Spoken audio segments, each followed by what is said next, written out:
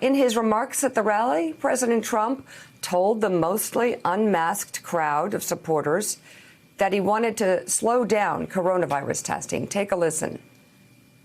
Testing is a double-edged sword. We've tested now 25 million people. It's probably 20 million people more than anybody else. Germany's done a lot. South Korea's done a lot. They call me, they say, the job you're doing, here's the bad part. When you do testing to that extent, you're going to find more people, you're going to find more cases. So I said to my people, slow the testing down, please. The people are still dying. It has nothing to do with the testing. We've said it time and again. The United States is coming close to having 1 in 3 people in America, 1 in 3 people across the world who have died from the coronavirus are Americans. That has nothing to do with testing any more than not taking pregnancy tests will not make you pregnant. Yeah. All right. Well, those remarks come as coronavirus continues to spread across the U.S. According to data tracked by the Washington Post, 29 states and U.S. territories reported a higher 7-day average yesterday than they did on June 14th. The World Health Organization yesterday also reported the largest single-day increase in coronavirus cases. The UN Health Agency said Brazil led the way with nearly 55,000 cases tallied, and the U.S. was next with more than 36,000. A senior White House official tells NBC News that Trump was clearly speaking in jest to call out the media's absurd coverage of the ongoing pandemic. And here's what some other administration officials had to say. You know, it was tongue-in-cheek. Did the president?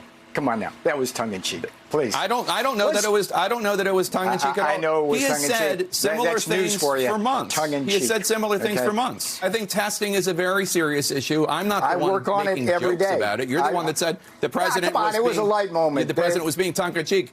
All right, we're 60 seconds into a tongue-in-cheek thing. Ask and answer it. Are you aware of the president telling officials to slow down testing as it relates to coronavirus? No, again, I heard those comments as well. I think that what you heard from the president was frustration in the sense of that we are testing. I believe we've tested over 25 million Americans. We've tested more than any other country in this world.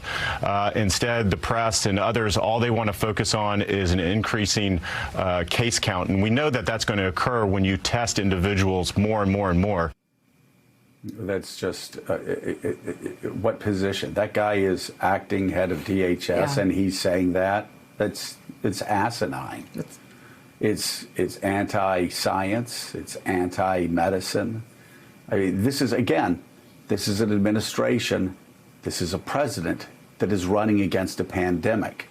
And as we've tried to say from the beginning, calmly and in an encouraging way, a pandemic's always going to win. They don't care about your politics. They don't care if you're on the left or if you're on the right. They don't care if you're holding Trump rallies or if you're holding Black Lives Matter rallies.